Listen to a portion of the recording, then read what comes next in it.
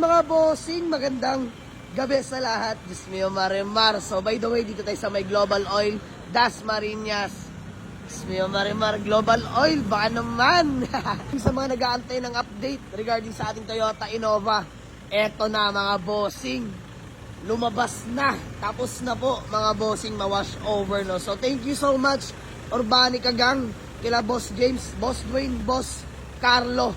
So by the way, eto na update sa ating Toyota Innova na 2013 model, manual, diesel engine mga bossing. Kita nyo naman, aray ka, napaka-pogi mga bossing. By the way, ma-share ko lang, natanggal na rin pala natin yung mga lumang tint, no? So ipapa-bluish tint ko na lang yan mga bossing.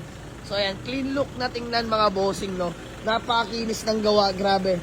Shoutout Urbanic Gang. Sa mga gusto magpa-wash over, ha, PM lang sa page. So next step natin mga boss, papalitan na natin ng LED headlight, yung puti na mga bossing, no? Tapos baka ipapaglamps ko na rin lime green, mas maganda dyan, babagay. So konting detail lang sa interior, ako na bahala dyan mga boss, para may gwapong panakbo na ulit. Ayan o, naka-TE, bumagay rin. So ma-share ko lang, lumabas na rin galing paint shop ng Urbanic Gang ang ating Toyota Vios na 2008 1.3 E-variant na manual transmission. Kita nyo naman mga boss, napaka-pogi, nakarehistro, sobrang lamig ng aircon. Stock mags, mga kapal mga goma mga bossing. Napaka-solid ng Vios na to. Solid, grabe, napakaganda ng paint job. Sa mga gusto magpa-wash over mga boss, huwag na mag-atubili. Gusto nyo ng quality works, punta lang kayo sa Urbanica Garage mga boss.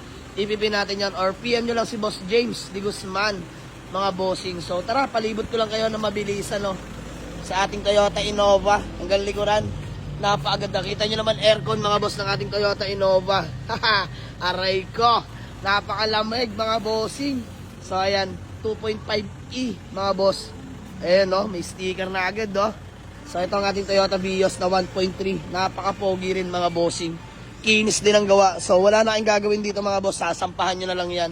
So sa may gusto at may mga kursunada ng Toyota Vios, puntaan nyo lang sa garahe. So so dito sa ating Toyota Innova mga boss, aray ko, panakbo muna namin mga bossing. Pero kung may mga kursunada, pwede naman natin pag-usapan mga boss.